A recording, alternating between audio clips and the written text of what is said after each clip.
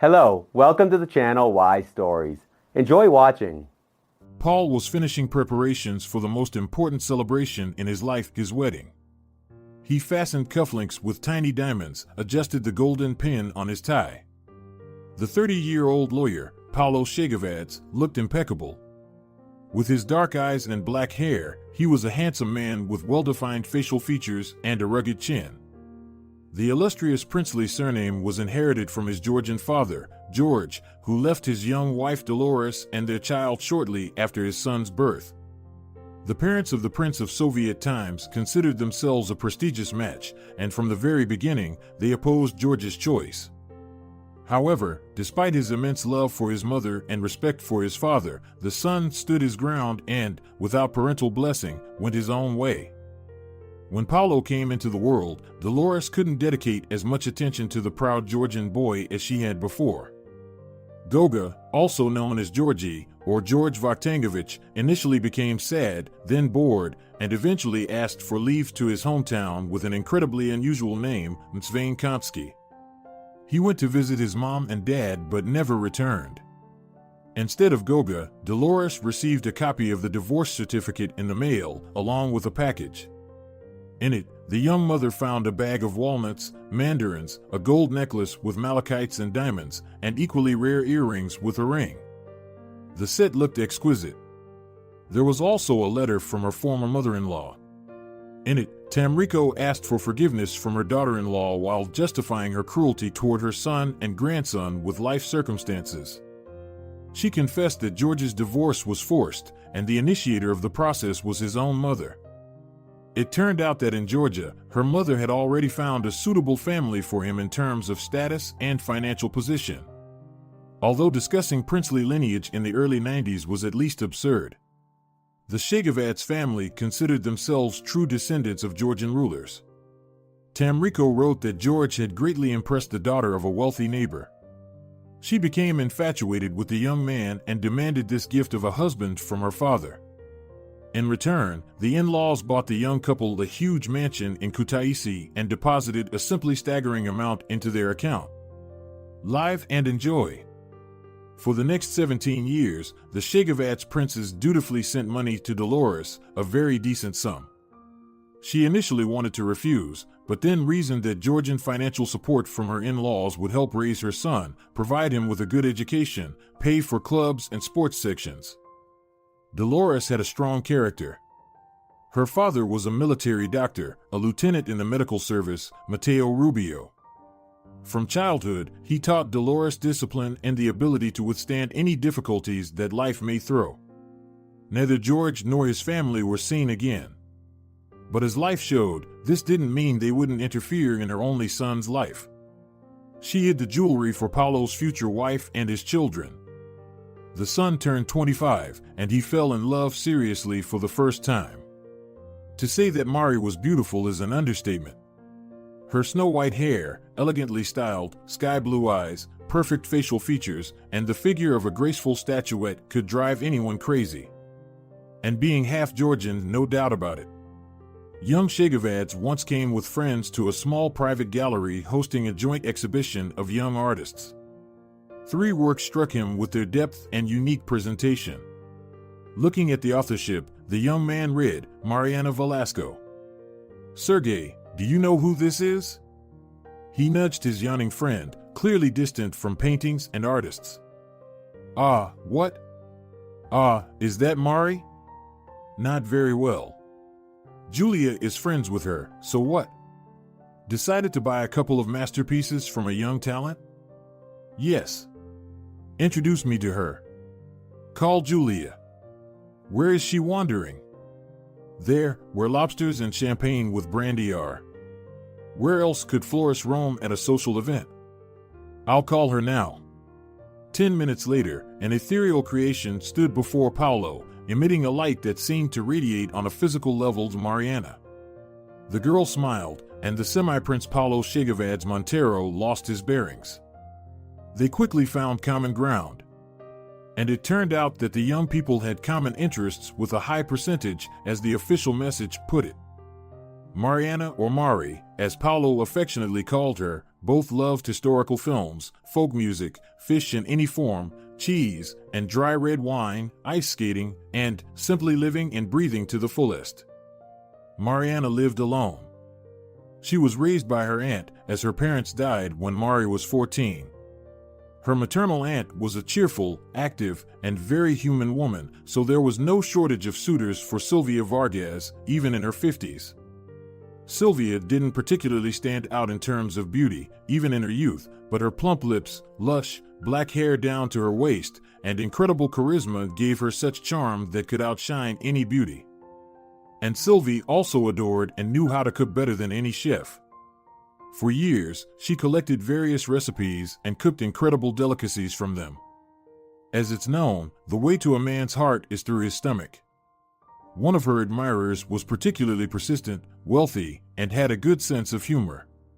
He could send Sylvie a bouquet of magnificent expensive roses in a huge iron bucket or arrange a real concert under her balcony at night, inviting folk musicians.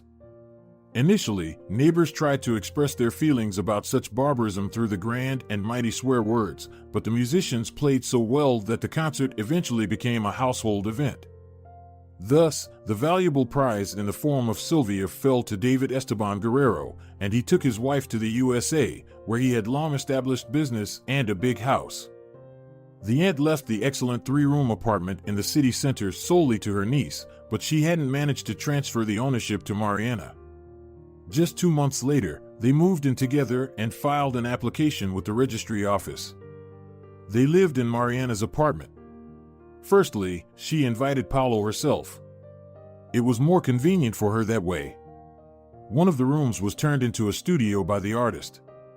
Secondly, Paulo didn't want to inconvenience his mother, and Mari wouldn't have gone to the 2-bedroom flat in an old building with him and his mom. The apartment left by the aunt had high ceilings, decent square meters, and, besides, the building was located almost next to the theater, which was also important to Mariana. Paulo was practically flying, feeling like the happiest person in the world. Dolores took a liking to the girl right away, and she fully accepted her son's choice.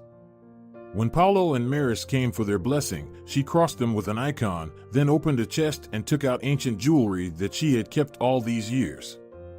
Here, Mariana, this is for you. This is a family relic of the Chegavadze princes.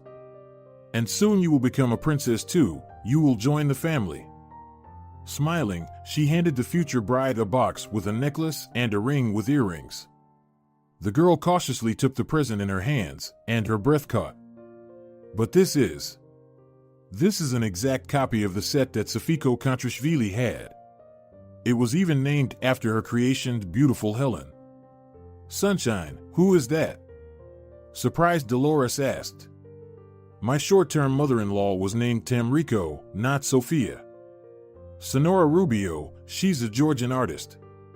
True, she's not as famous as, for example, Nico Safronov, mainly because she lived at the end of the previous century. Exactly the same set is depicted in one of her portraits.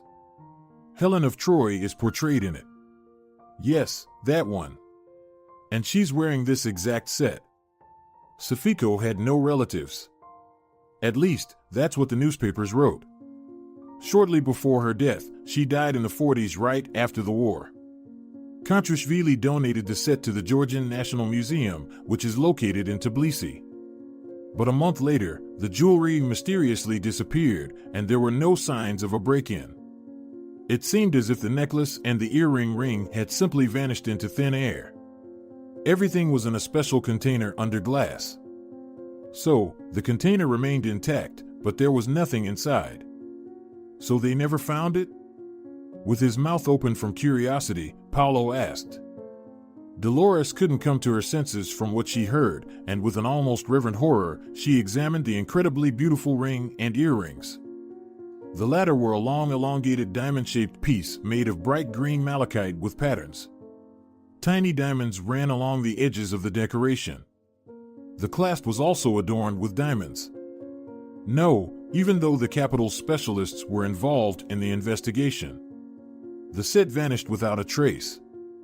And so what, Mari? Maybe my grandma was so impressed by this painting or this decoration that she simply copied it and asked some jeweler to make a replica. Maybe, Paulo. But if this is your family heirloom, then who and when made a copy of it? Everyone fell silent, and then they decided not to delve into it. After all, the Georgian princess Paulo Chegavadze wouldn't have stolen this set from the country's main museum on her tiptoes. Imagining this epic scene, the theft of historical jewelry by his own grandmother, Paulo chuckled. The next day, Mari called her aunt, and she became emotional, happy for her niece, and then said that Mariana simply must come to her for a week to collect the wedding gift. Senora Vargas explained that she couldn't come herself. Senor Esteban's anniversary was coming up, and everything needed to be prepared, as he was busy providing for their small but very close-knit family. Aunt Sylvia agreed to cover all the costs of Mariana's trip. Mari couldn't refuse the only blood relative, and 2 days later, she flew to Washington. She took the ornament with her. She still wanted to show it to the immigrant jewelers and find out if it was the same set. Upon arrival, she called Paulo, said that everything was fine. Tomorrow she was going to the former Odessite named Solomon Schneider. The thing is, his grandfather made beautiful Helen in 1900. Mari didn't return. 2 days later, Senora Vargas called Paulo's number and burst into tears. Inside the young man, everything turned cold. He understood something terrible had happened. But he couldn't even imagine how terrible and irreparable it was. Mariana is no longer with us.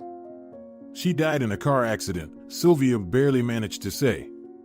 Paulo, it's my fault. And why did I invite Mari here? Please forgive me, we will bury her in Washington, in a closed coffin. Mariana was burned beyond recognition. It was a terrorist attack. And it was her taxi that was returning from that jeweler. Yes, I will send you the set. It fell out of the car window during the explosion. Only the ring was missing, Sylvia sobbed. But I will compensate you. Senora Vargas, may the Lord be with you.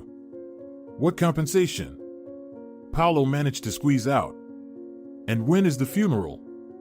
I will come. In 3 days.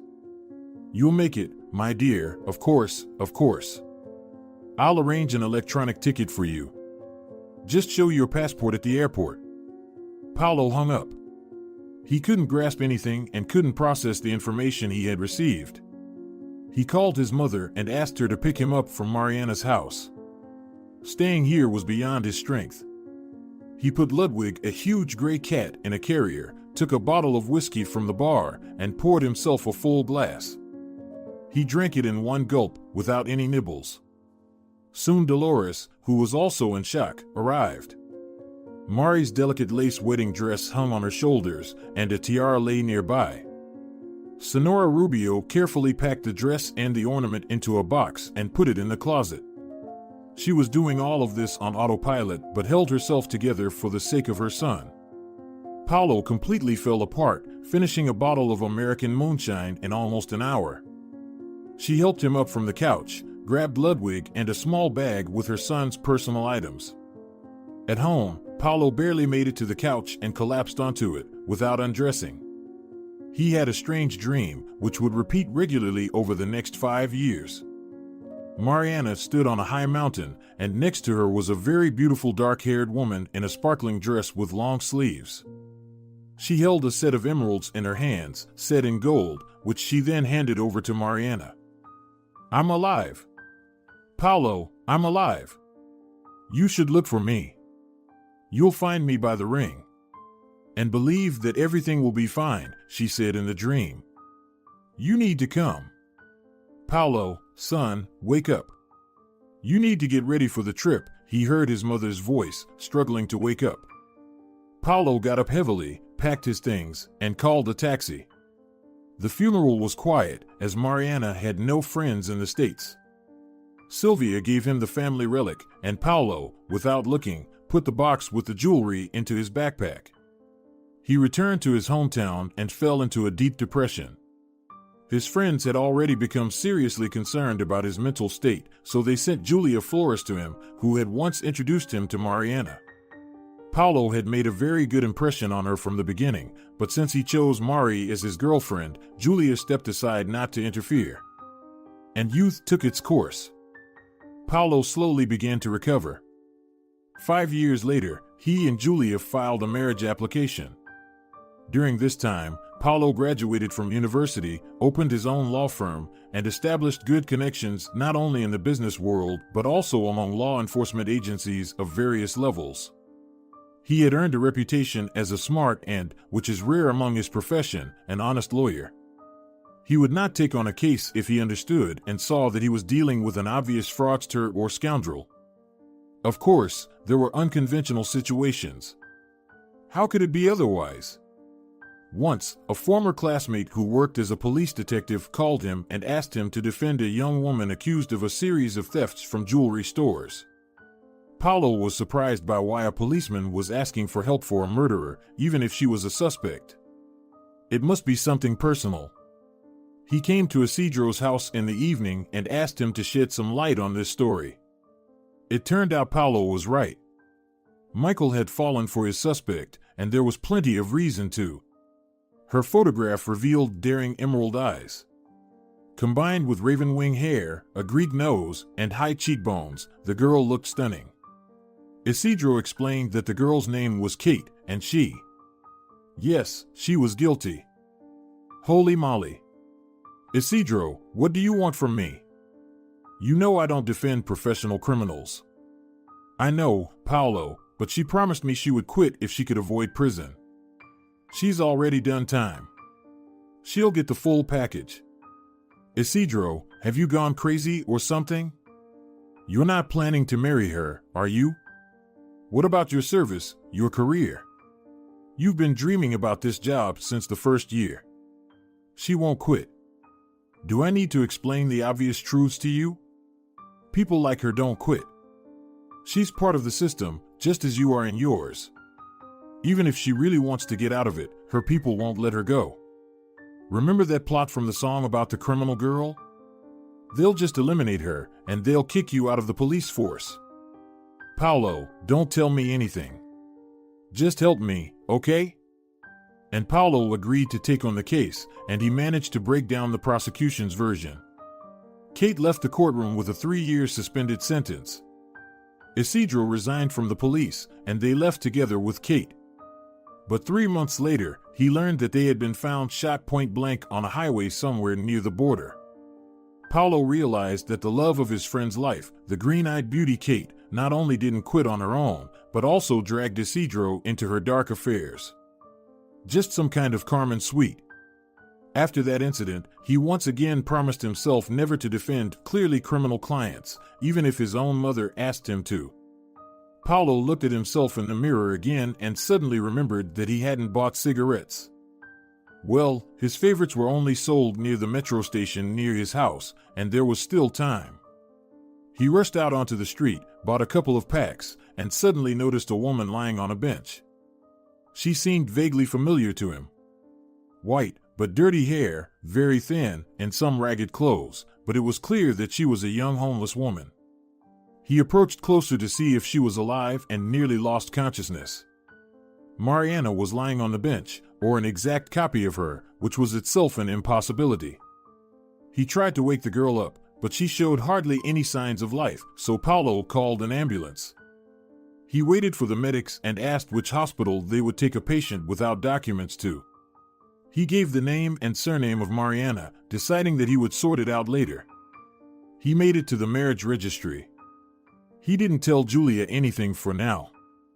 The celebration went off smoothly, only Julia looked at her husband strangely a couple of times and even asked, "Paulo, everything okay?" "Of course, kitten," Paulo replied. Barely waiting for morning, he rushed to the hospital to the woman he had saved, who looked so strangely similar to Mariana, but he wasn't allowed in. "Who are you to her?" the doctor asked. "I'm her failed husband," Prince Chegavadze's answer stunned this man. "Ah, well then, of course," the doctor responded seriously. Your so-called failed wife just had a simple fainting spell. Oh my God. And what now? Will she recover? Does she even remember who she is, where she's from? She will recover, for sure. We've taken all necessary measures. Just wait. Can I see her? Only briefly. I'll escort you. Paulo was led into Mariana's room. He looked at her almost transparent face and emaciated arms, and suddenly he noticed her well-groomed hands and the same perfect face as 5 years ago. Strange, he thought.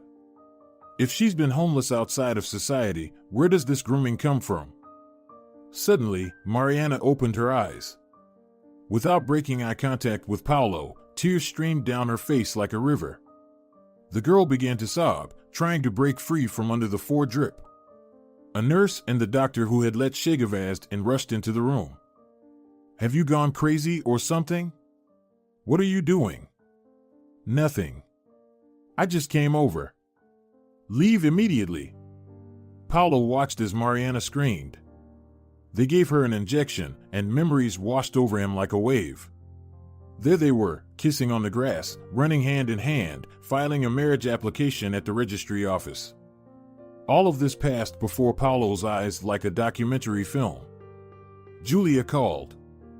They had bought tickets for a honeymoon trip to Lake Banyoles. Why Banyoles? Julia wanted to, and after Mariana's death, Paulo had lost the desire to argue. No, of course, he liked Julia. A girl with a tan, black curls, and the same black eyes, but there wasn't the same ecstasy as with Mariana, even though his wife was great in bed, and you could talk to her about anything, from politics to society gossip. But when Paulo saw Mari, and he no longer had any doubts that it was her, his heart suddenly raced. And he realized that Julia was beautiful, but she wasn't his woman, and the love of his life was lying under the foredrip, and only she knew what had happened to her. But not going to the registry office with Julia would be sheer callousness. For 5 years, she had pulled him out of depression, fed him, watered him, supported him, saved his nerves. But the horror was that he didn't love Julia Flores. He respected her, was grateful, wanted her as a woman, but he didn't love her. At least, that's what he was thinking right now. The realization that Paulo had made a mistake came right after he found Mariana. But what to do with this realization, Chegavadze didn't know. He decided to tell his wife everything. Julia listened, her eyes wide, and her mouth open. Are you sure it's Mariana? You buried her yourself. I'm sure.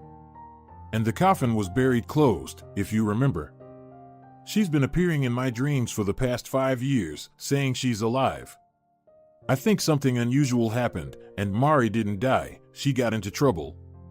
We'll have to wait until she fully recovers. And now what?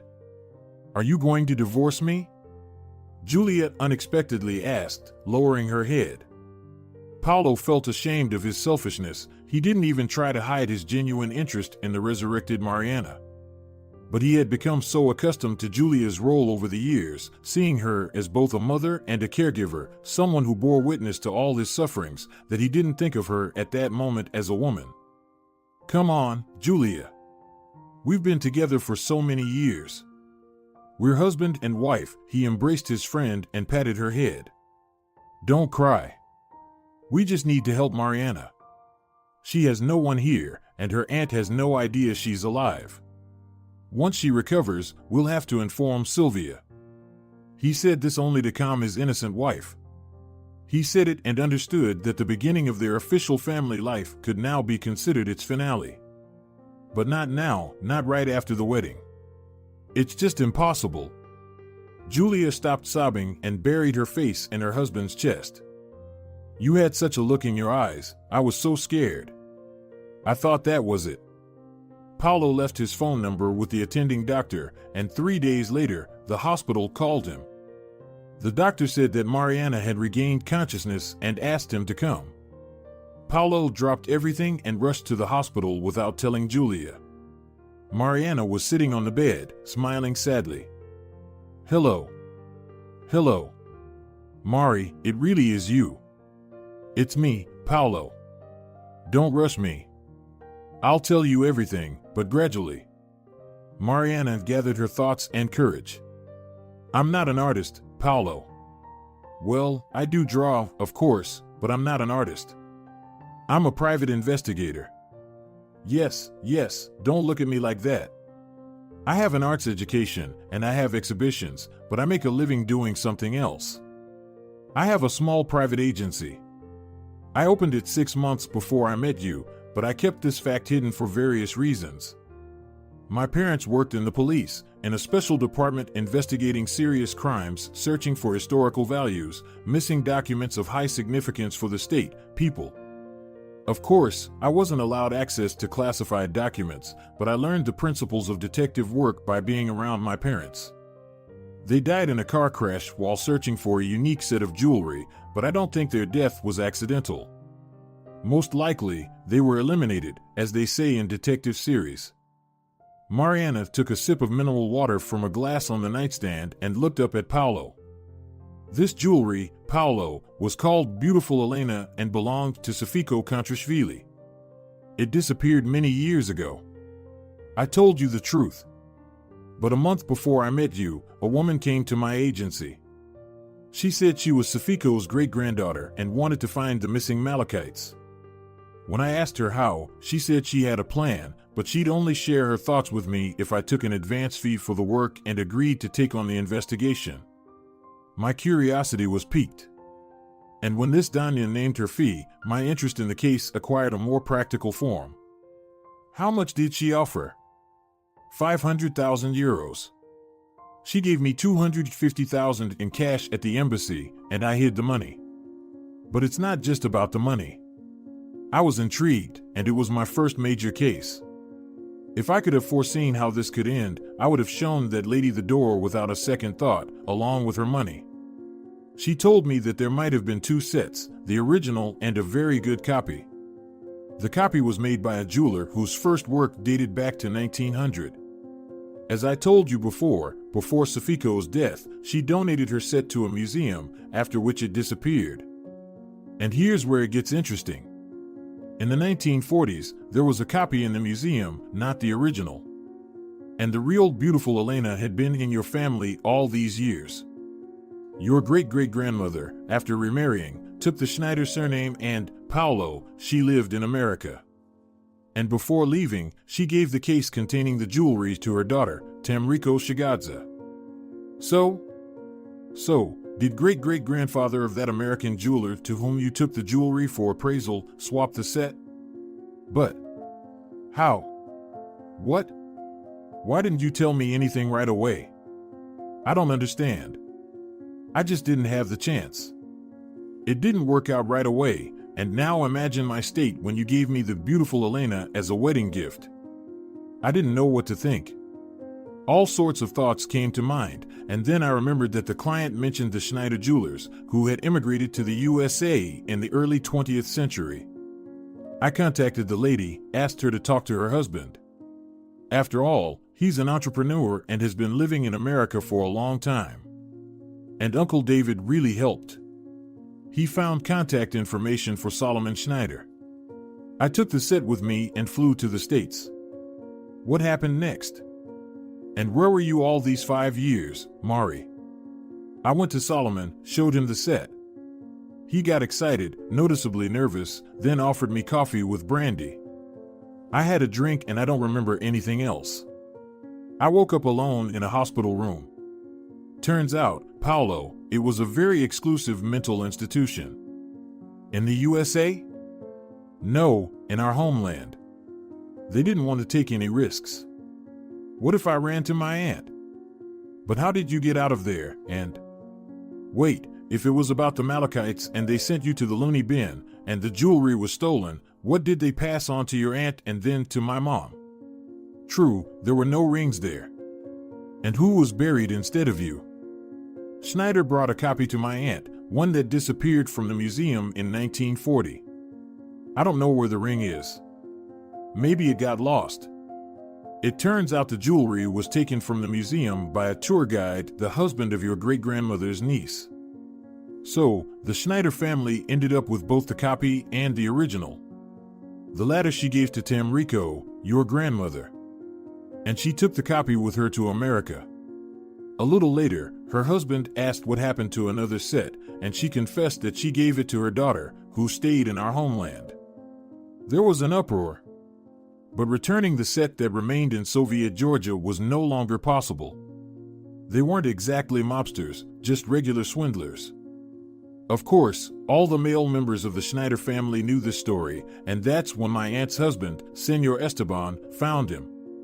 He brought a photo of the set and asked if he could appraise the jewelry and provide a description. Can you imagine his state? He extracted all the details from Uncle David, assured him he'd do everything properly, and started waiting for me. He and his son had already decided everything about me.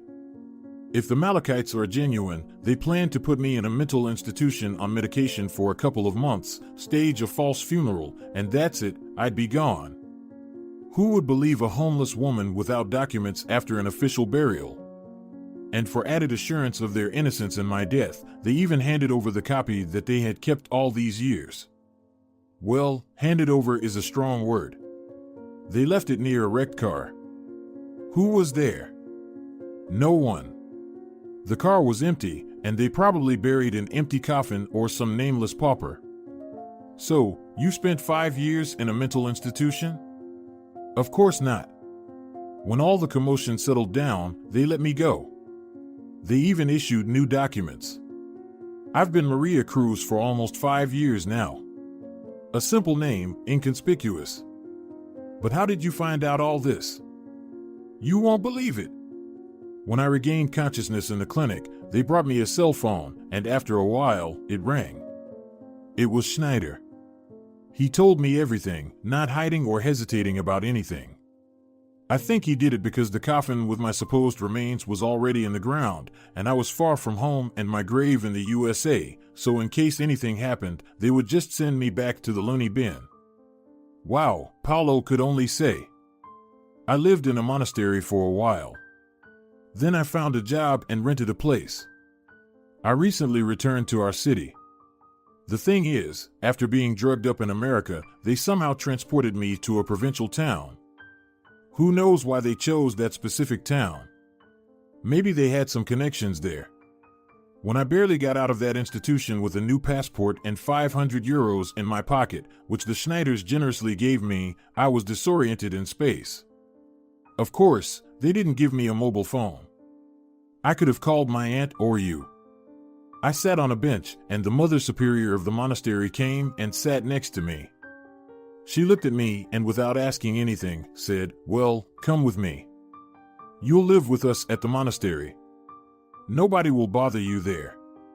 You can tell everything there." And we went. I didn't really have a choice. I barely understood what was happening at all. She brought me to a women's monastery. I rested in a cell, and Sister Evangeline nursed me with some herbs. Finally, I started to think clearly, remembered everything that happened to me. And I also remembered that I had been buried. Before I could come back to life, I needed to figure out what kind of mess this was, why they drugged me, and then tried to get rid of me. But I had no money, no connections, no support whatsoever. So, I decided to leave things as they were for now and live in the monastery. After all, the Lord had sent me Evangeline for a reason. In my state, I could have encountered anyone. I told my story to the Mother Superior. "You really can't reveal yourself right now. Live here. I'll tell the abbess that you're a distant relative of mine. Then we'll figure something out." Mariana eventually fully regained her strength and asked Sister Evangeline if they had paints, paper, or even pencils. The nun asked why, and when she found out that Mariana was an artist and a restorer, she was very pleased. The monastery's archives contained many icons in need of restoration and repair. To paint icons, she needed permission from the monastery's higher authorities and their blessing, but Mariana was content with even this. "God himself sent you to us," exclaimed Evangeline. "Well, who sent whom to whom is still uncertain," Mariana said sadly. For years went by this way. During that time, Mariana got involved in icon painting. She felt good within the monastery's walls, but she still had her family, and she didn't want to live under a false name anymore. She needed to take action, step out of the darkness. She consulted with Evangeline, and she approved of Mariana's decision to try to fix the situation. Evangeline gave Mariana some money for the journey and for the initial period. Mariana bought a train ticket and left. In the same train compartment with her was a woman with a small child, and it didn't even cross Mariana's mind to suspect her of anything sinister. The woman spent the whole journey telling Mariana about escaping from her tyrant of a husband.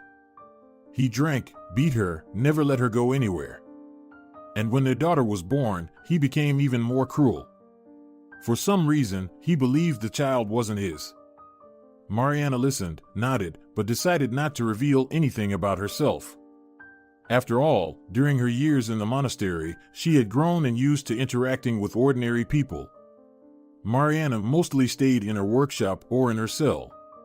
Of course, she helped with household chores and during major church holidays, maintaining the status of a laborer. People in this category were individuals not part of the monastic community but obligated to observe the rules and regulations. In return, they received shelter, food, clothing, and a roof over their heads. However, this work wasn't paid by the monastery, so Mother Superior helped Mariana with money from her own pocket. She couldn't give much, but for Mariana, the allocated 2,000 euros were a substantial support. There was nowhere else to turn for more. To the monotonous rhythm of the train wheels, the girl fell asleep. When she woke up, neither the unfortunate neighbor nor her 2-year-old daughter were anywhere to be seen. I guess they left while I was sleeping, she thought, reaching into her bag to get some money and buy something to eat. The journey was supposed to take 2 days, and she had almost nothing with her, just a few candies and a couple of cottage cheese pastries. But her wallet wasn't in the bag. Mariana was overcome by cold sweat. Nervously, she started searching for her passport and ticket. Thankfully, her documents were still there. Then she noticed a note on the table. She unfolded it and read, "Sorry." It was clear that the neighbor took the money. It wouldn't have been difficult for guess, they didn't have any other neighbors above or on the sides. Mari scraped together 50 cents in change and bought a bottle of water from the waitress for the entire journey. Fasting had become a habit for her, and besides, she could stretch the candies and pastries over 2 days. It was quite normal. When she reached the city center, unexpectedly for herself, Mariana suddenly collapsed right on a bench, precisely at the moment when Paulo, running past, spotted her. He sat down and stared at Mariana without taking his eyes off her, then asked, "Where did you hide the money?" "In the attic, in an old trunk with the old photographs in your mom's apartment." "Where?" "Oh my God, Mariana. What if Mom had found that money? Can you even imagine what she would have thought?" "She might have thought I robbed a bank," Paulo smiled. "But in 5 years, we've never once gone up to those attics, so the money is there. Let's do this, they're discharging you in 3 weeks. I'll find the money during that time and rent an apartment for you. You need somewhere to live. And you won't get into your apartment if your aunt hasn't sold it at all. And we're flying together to Mtsvainkonski. I think it's time for me to have a talk with Grandma Tamrico. But what about Julia? You two just got married. Julia is going on an internship to England. What do you think she'll choose, a Georgian village or London? I feel awkward, Paulo. It doesn't seem right. Listen to me, Julia's doing fine now. She has a great, well-paying job, the status of a married woman, money. She doesn't need my or anyone else's help. But you have no one here except me and my mother, and you really need support and assistance. I can't tell my mother anything for understandable reasons, so it's just me. Mariana, we're not strangers. It's awkward when you can help a good person, but you don't. That's it, it's decided." Of course, Paulo was being deceptive. It wasn't just about his desire and noble urge to help a good person. It turned out that he hadn't fallen out of love with Mariana. He felt it with every cell of his body. The pain had subsided, the emotional wounds had healed, but he remembered Mari. She often visited him in his dreams. Yes, they hadn't known each other well.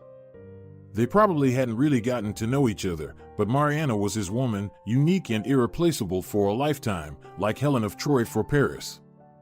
Julia was more like a friend. He enjoyed being with her in bed, but his feelings didn't blind him, and the sensation of flight didn't pursue Paulo with her like it did with Mariana. When Dolores went to work the next day, Paulo climbed up to the attic. The small brown suitcase sat forlornly in the corner, covered in dust.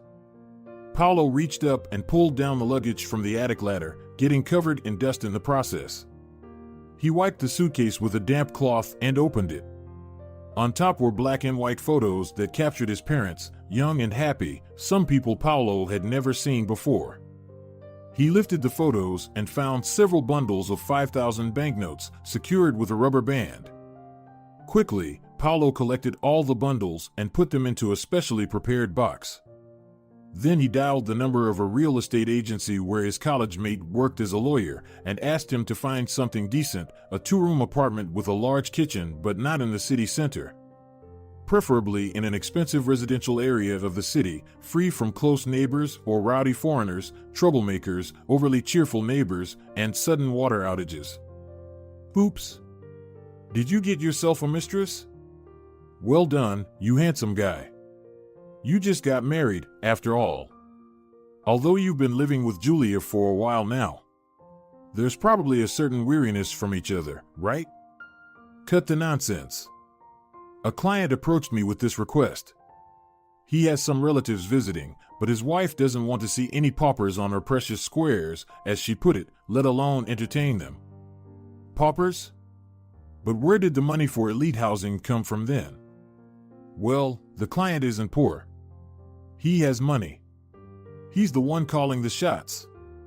All right then, I'll find something. Bring your lady with you, said the friend with a chuckle.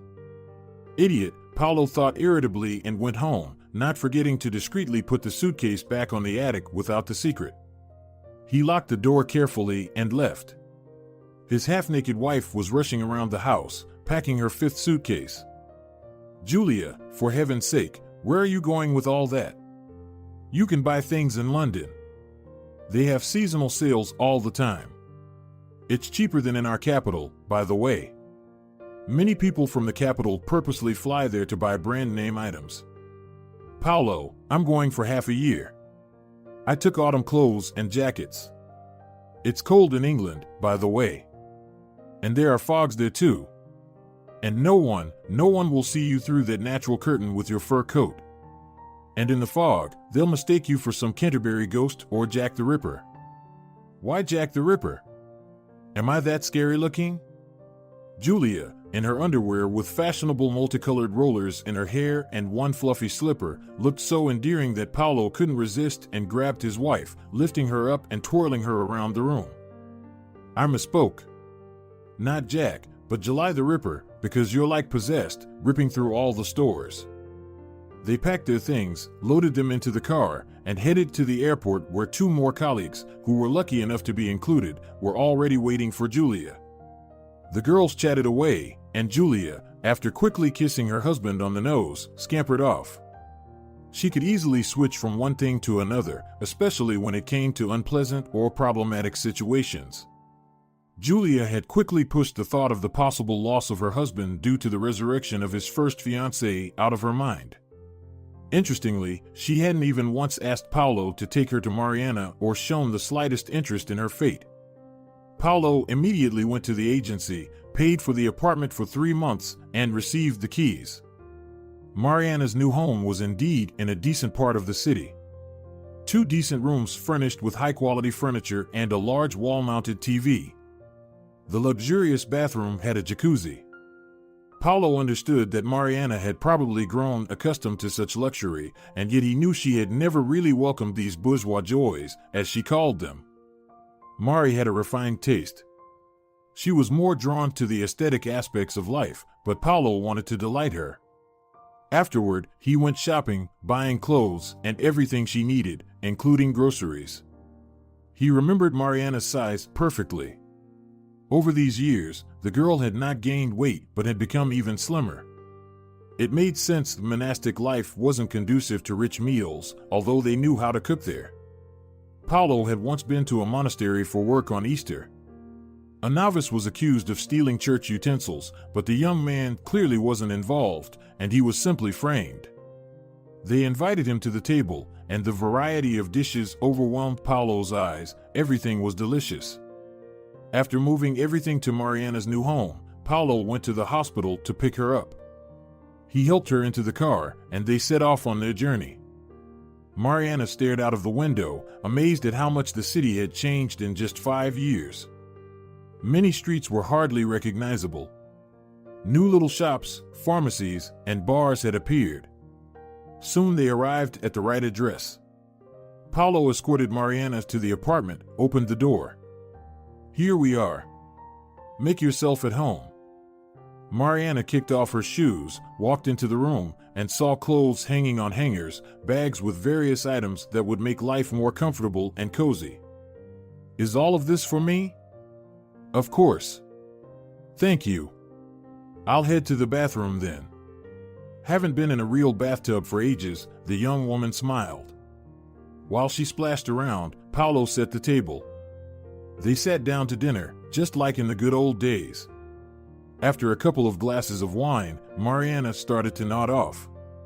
Paulo lifted her up, laid her on the couch, and himself settled on a small bench in the kitchen.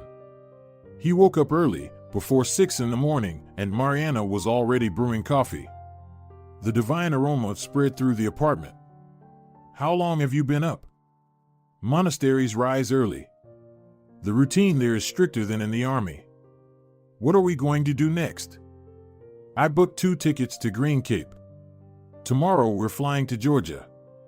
Granny doesn't know that we're coming, but I have the address. I haven't told my mom yet that you're alive. I only said that I wanted to visit my father's homeland, see my grandmother if she's alive." Mom didn't object. "Green Cape? Where's that? Why do we need to go there?" "We were planning to go to Mskitakanchi. That is Green Cape, just translated into our language." The day passed in a flurry of activity. Paulo visited his mother, then his own place, packed for the trip, but beforehand, he asked to see the set of jewelry that Sylvia had passed to him after Mariana's false death. "Why?" Dolores was surprised. "I want to take a photo of them and ask Grandma how exactly they ended up with these."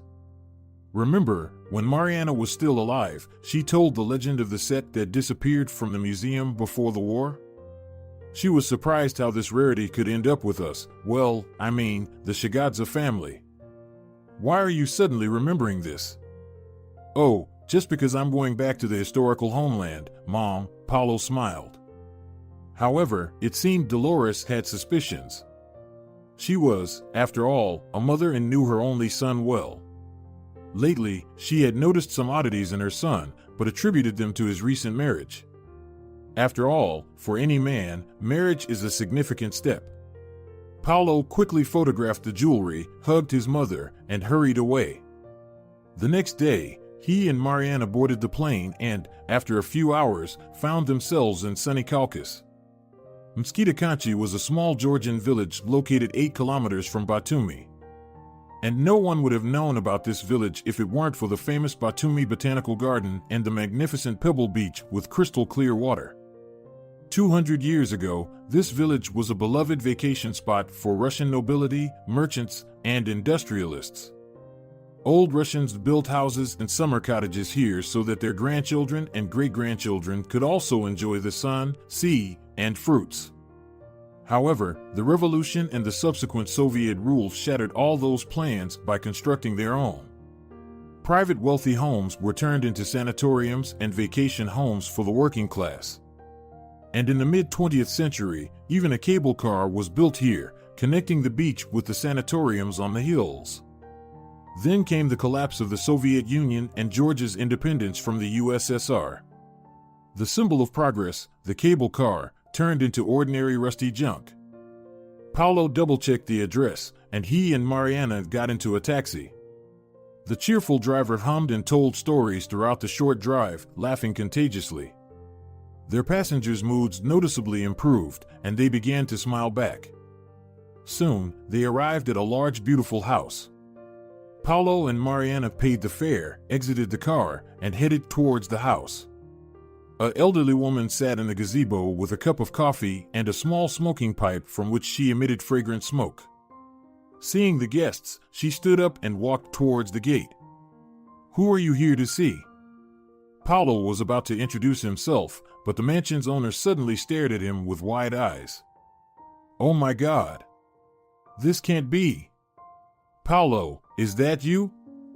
If you're Tamrico, my grandmother, then yes. It's me, Paulo. Come in. Why are you standing there? Come in. Vaktang, come here. Immediately, quickly. Tamrico, why are you shouting like a peacock? I'm coming. What happened?" From the garden emerged a colorful elderly man. He looked like a classic Georgian, tall, stately, with a distinctive hooked nose, black eyes, and a completely gray head. "Meet, Vaktang, this is your eldest grandson, Paulo. Pavliko. Oh my God, it can't be," he repeated, echoing his wife. Hustle and bustle began. Under the grapevine, they started setting up a large table, and the young couple was led to the best room on the second floor. The household members gazed at them with undisguised curiosity. "They took us for a married couple, otherwise they wouldn't have allocated a single room for both of us," Paulo said, looking at Mariana. "We won't have to reveal all the details, so we'll have to sleep on one bed, sorry Mari." "No problem. I've been sleeping on even harder surfaces for the past 4 years, but I still managed to fall asleep quite quickly, so I think I'll conk out on this mattress right away." 2 hours later, they were invited to the table. There was everything imaginable. Raw and smoked ham, lots of greens and vegetables, large pitchers of wine. Flatbreads were baking in the tandoor, and fragrant kebabs were grilling on the barbecue. At the table, Paulo and Mariana were surprised to see around 20 people. "These are your relatives, Pavliko, and our best friends," his grandmother explained. "Hello. My name is Paulo, and this is Mariana." And so it began. The wine flowed like a river, one toast following another. This Georgian feast is called supra. Traditionally, the table is covered with a blue tablecloth. This is an ancient tradition that originated in Georgia in the 18th century and must not be broken. The blue color was chosen for a rather mundane reason. At that time, indigo dye was in use and freely available among few, and linen was common. The celebration is led by a Lurdzi Super, usually a specially invited toastmaster. But here, this role was taken by Paulo's grandfather, Vaktang. By the way, during large Georgian feasts, only white wine is served, as it doesn't raise blood pressure and can be consumed in larger quantities. The first toast is always for God and peace, then for Georgia, and the third for ancestors. When the Lord was distributing land to the nations, the Georgians, as usual, were sitting at a table feasting. Paulo Chegavadze began. After reveling to their heart's content, they finally came for their share, but all the parcels of land had already been distributed. So they turned to God and said, "How is this possible, Almighty? When everyone was in line for land, we were toasting to your health." The Lord was so touched that he gave us Georgians a small, but the best piece of land with tall mountains, swift rivers, and the purest air. And that was Caucasus. How can we not raise a toast for such a gift? The feast ended well past midnight, after all the songs were sung and the most interesting stories were told. Paulo carried the quite tipsy Mariana to their shared room, helped her take off her shoes, and laid her down in bed. He settled next to her. Soon, they fell asleep without realizing it. Georgian wine and the clean mountain air had worked their magic. In the morning, they were greeted by the aroma of coffee, unlike any they had ever smelled in the city. Looking out the window, Paulo saw that Tamrico was brewing his jazz, placed in hot sand. "Come out, my dear." Seeing her grandson's head sticking out of the window, Tamrico called out. Paulo and Mariana freshened up in the modern bathroom and went downstairs. On the table, there was a pitcher of wine and a pitcher of ayran, a traditional yogurt-based drink. Freshly baked khachapuri, cheese, and fruits lay nearby. "Let's nurse ourselves. Do you have a headache?" the hostess asked. "No, surprisingly not," Paulo said in amazement. "You truly are Chegavadze." Suddenly, he heard his grandfather's satisfied voice behind him. "I've never had a hangover either, and I could drink 4 pitchers like that in one evening." "Vaktang, you might have been able to drink 4 pitchers like that, but it only happened twice in your life, and both times I had to call emergency."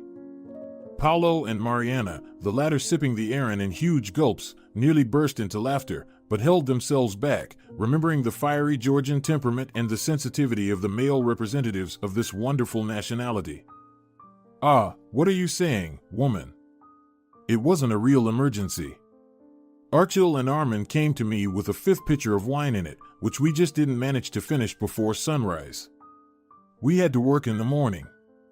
I am still a writer, after all." At this point, both guests and hosts couldn't hold back, and they all burst into laughter together.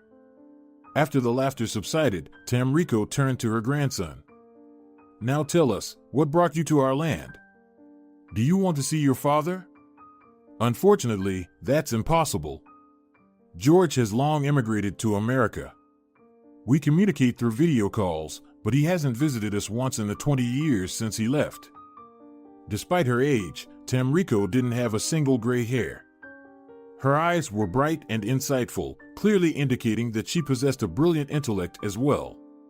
She looked at the young man, so reminiscent of her George, whom she hadn't seen for 2 decades. When she separated him from Paulo's mother and went to meet her husband, who had dreamt of marrying their son to the daughter of a wealthy neighbor, she believed she was doing the right thing.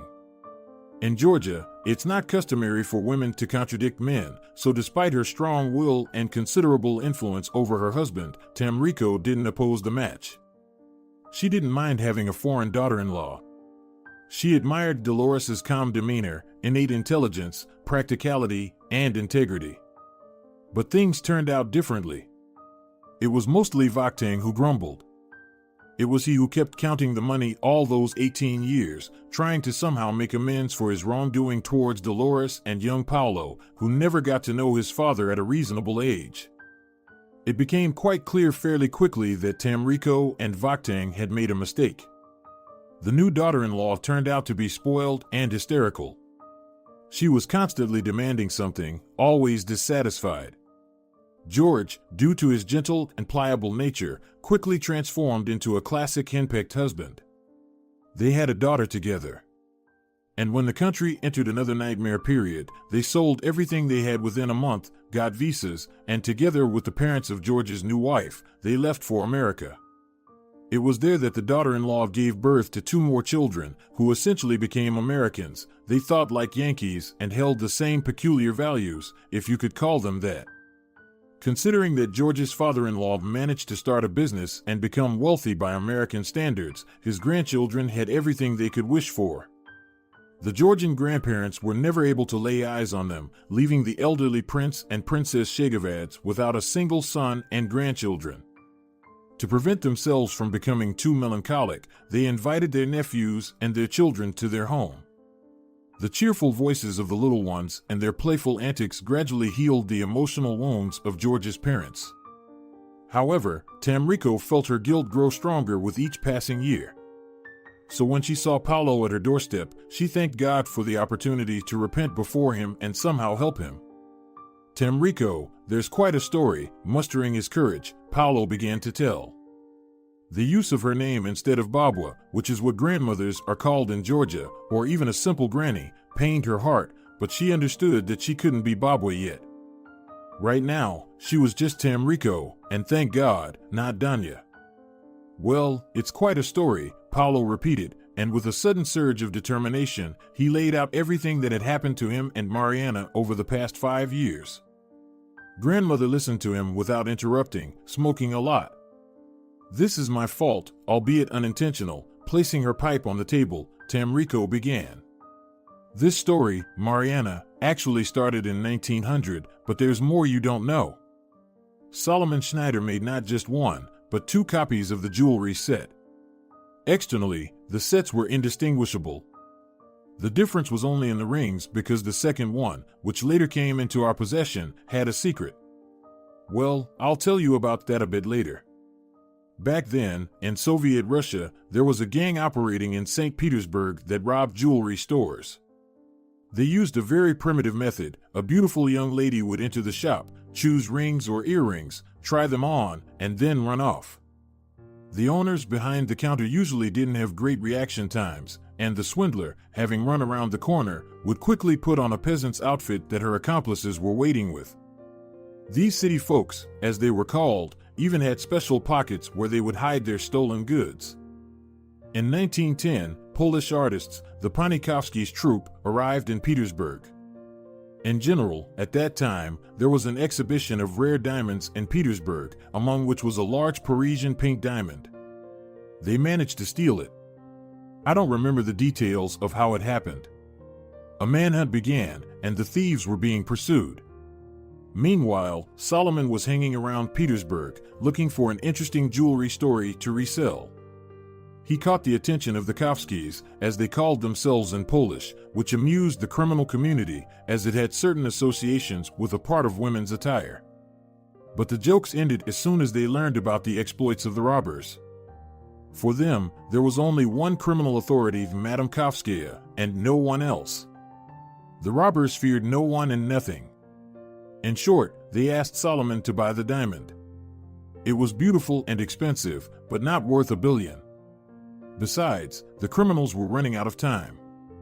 Schneider bought it. But how to get it out? The police were not stupid at that time, and after a theft, they first checked all jewelers, and Solomon was known within their circles. He had the second copy with him. He took it in case a successful exchange or sale opportunity came up. He disassembled the ring, in which there was a small compartment. Tamrico lit her pipe and took a sip of coffee with cognac. And? Paulo and Mari asked in one breath. I think you've guessed that Schneider put the Parisian diamond in the ring and smuggled it from St. Petersburg to Georgia. Later, when my mother married him, she took the copy with the Parisian diamond. Apparently, Solomon planned to take it to the USA, which is why he left it untouched for a while. And that's why he had such a strong reaction when he found out that my mother had given these jewels to me. But where did you learn all this? Accidentally. You see, being a person greedy and utterly shameless, Solomon Schneider was also very sentimental in his youth. Dreamed of being a writer. A who? A writer. So he kept diaries, describing his affairs with women, cleverly conducted deals, and just all sorts of nonsense. With age, he abandoned this pursuit and forgot to take the diaries with him when he left the country, and I found them and sent them to your mother. Yes, but when Mariana supposedly died, the ring disappeared. It didn't disappear, suddenly Mariana said quietly. What do you mean? Paulo asked, already tired of being surprised over the last few days. I left it at your house. The necklace and earrings were in the same box, a big velvet one. And the ring, I hid it in your room, in your childhood hiding spot. Remember, you showed it to me? Under the floor. Oh, what a surprise, babe. So, is it still at our home, Grandma? A copy. The one with the ring that hides the Parisian pink diamond. The next day, Paulo and Mariana started packing to go home. Paulo approached Tamrico, who outwardly didn't show that her heart was breaking. Babwa, come with us for a visit. And take Grandpa with you too, hugging Tamrico, Paulo said, Mom will be happy, honestly. So many years have passed. And you've helped us all these years. The coffee pot in the woman's hands trembled, and for the first time in many years, she let tears flow. She sat at the table, covering her face with her hands, and silently cried as tears streamed down her face. I'll go, grandson. Of course, I'll go. Vakhtang was pleased with the invitation, but he declined, citing an unfinished novel, an unsung grape harvest, and the suffering of his beloved Labrador, Vepko, who would surely die the day after his departure. In reality, he couldn't imagine how Dolores would react when she saw him. After all, it was he who shattered her life, insisting on divorcing their son and practically pushing him into a new Kabbalistic marriage. Tamrico understood his motive and supported her husband, not revealing Vakhtang's suffering. Yes, let him stay here. We really need to take care of the house. And the grapes need to be harvested and wine needs to be made, and that's not women's work. We can't disrupt traditions. Upon arriving, they stayed in an apartment rented for Mariana. Paulo didn't know how to tell his mother that he brought his grandmother with him and the supposed deceased fiancée who didn't go through 5 years ago, and also that he planned to get a divorce. Intimacy hadn't happened yet between him and Mariana. She was too emotionally overwhelmed by everything happening, and Paulo was afraid of hurting her. But he also knew that sooner or later they would be together. He was still incredibly drawn to her, as if she were a close relative. He also understood that in order to respect himself, he needed to tell Julia about his feelings and ask her for a divorce. Suddenly, the phone rang and Julia's name appeared on the screen. Well, there you go. Remember your wife and she's calling. Yes, Julia. Hey, Paulo. How are you? All right. And you? I'm not doing too well, Paulo. Well, you see. I'm pregnant. Paulo's eyes darkened. This message dashed all his plans for a happy future. Paulo, I'm sorry, but it's not your child. You know, these things happen. I fell in love. I pursued you for so long, and after finally getting you, I realized that you never truly loved me. But you never hid that, did you? He's English. I've already filed for divorce. Wait, but when did you manage to?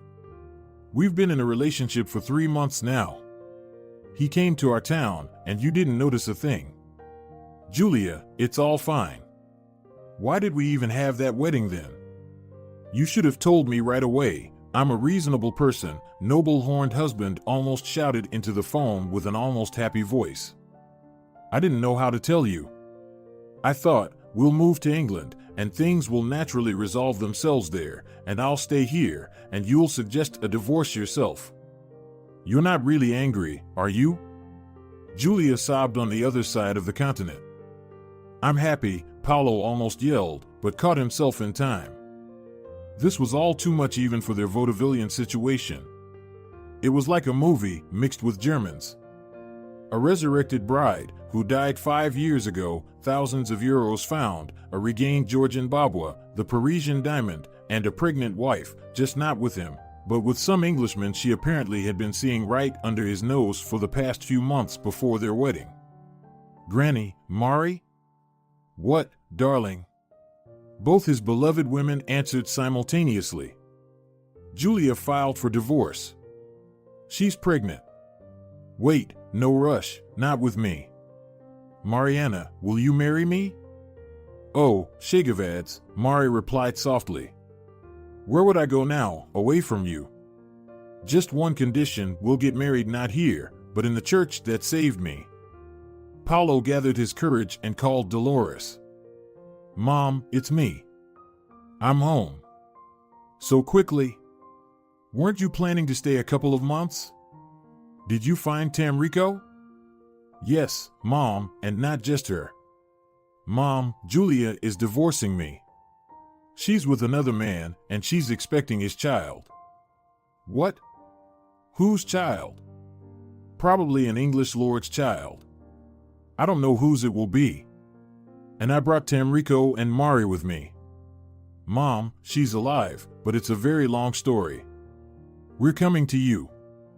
When they entered the house, Dolores was as pale as a ghost, but she regained her composure.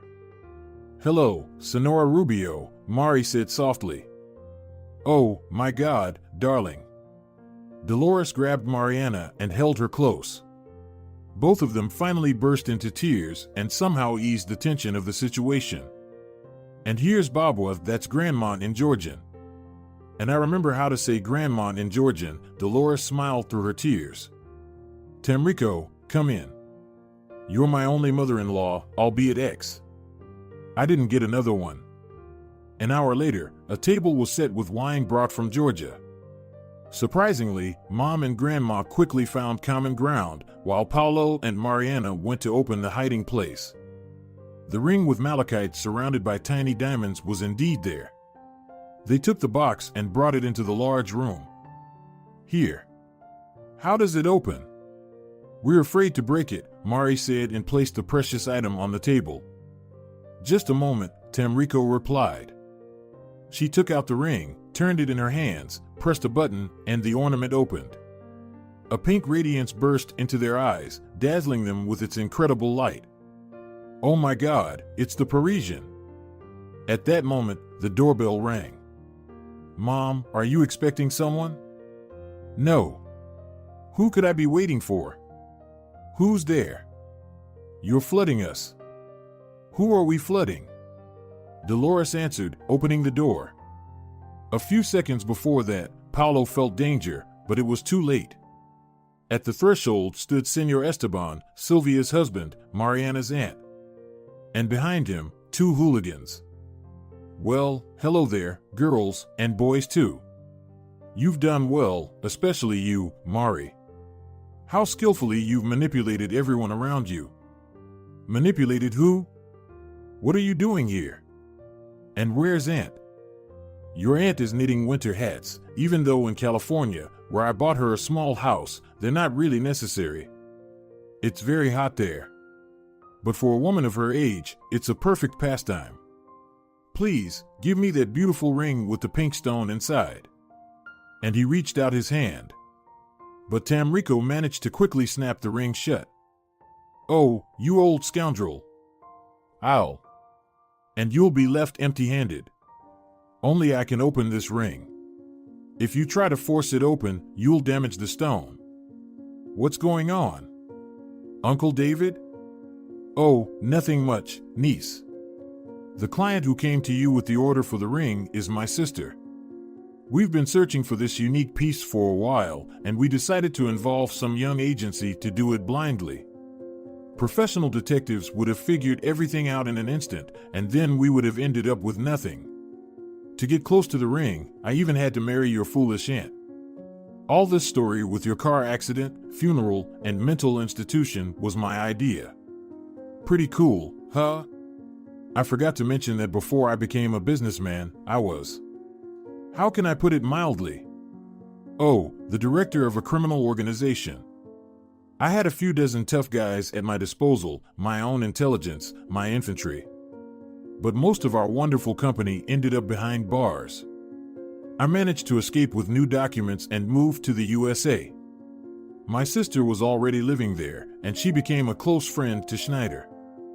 The Jewish idiot fell so in love with my Anna that he was ready for any nonsense. Well, almost any.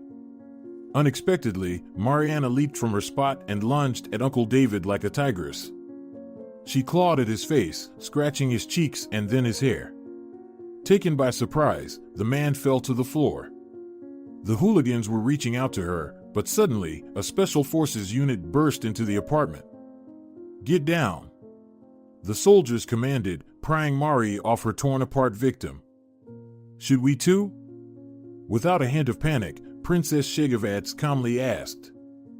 Her composure could have made English aristocrats envious.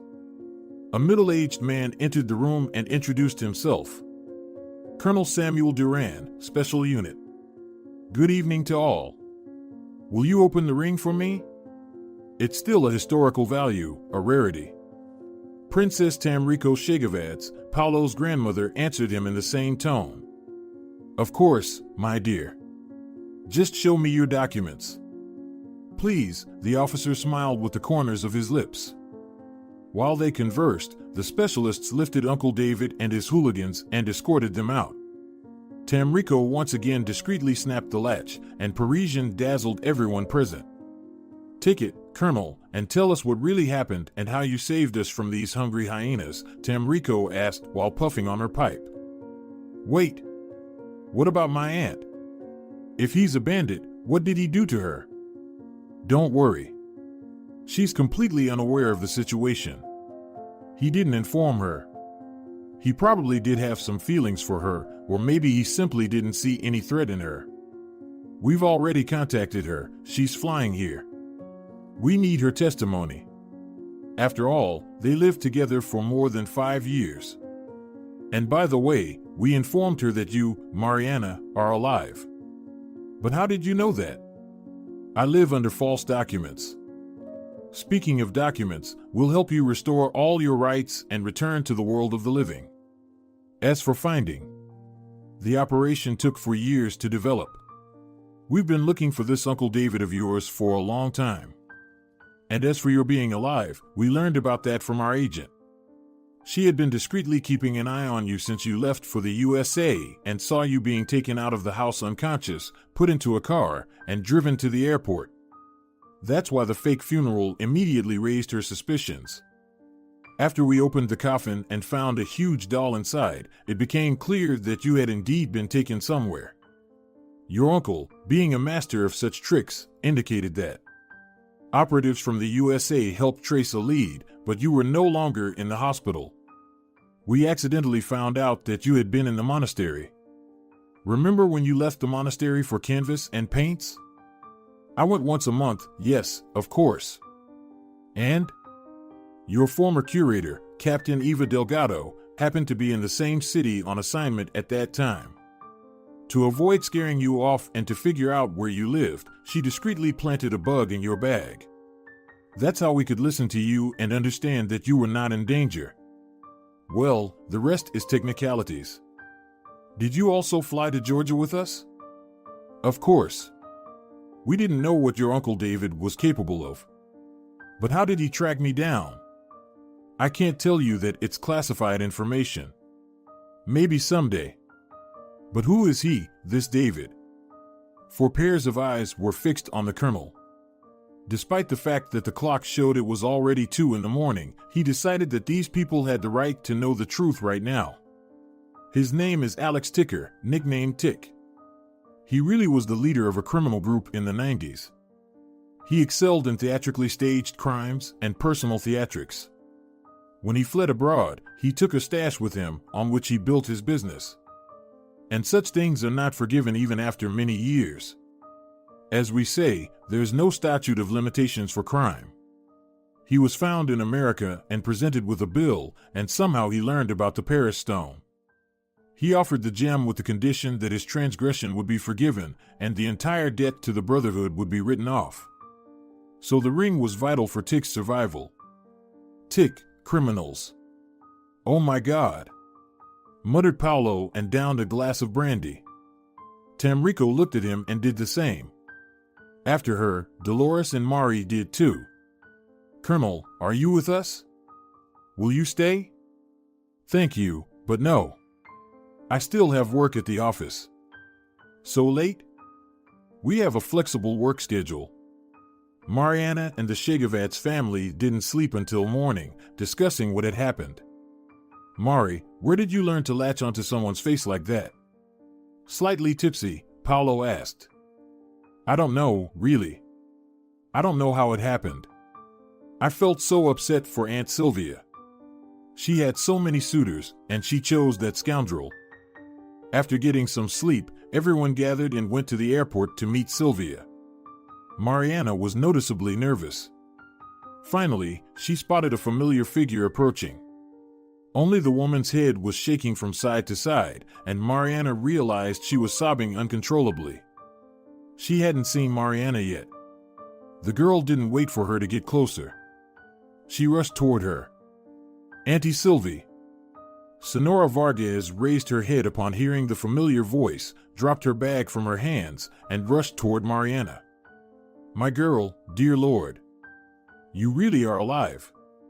When they called me, I thought it was some cruel joke or that they'd start extorting money. Let's go home. I haven't sold your apartment. Your paintings, your things, they're all there. I couldn't.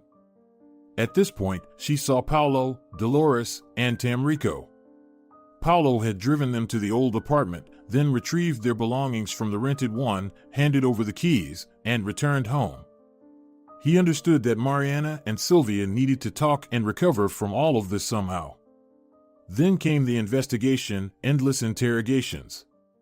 Sylvia gave her testimony. She didn't go to court.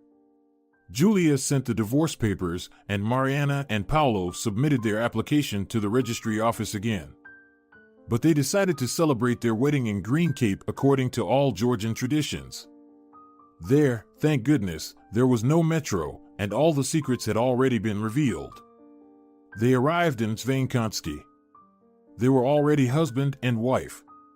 They decided to have the wedding ceremony in a small local church. Sister Evangeline, of course, Sylvia, Dolores, and Colonel Duran agreed to accompany them. Senor Duran had been coming over to Dolores Vargas' place frequently after that incident. They were peers, from the same era of poets and physicists.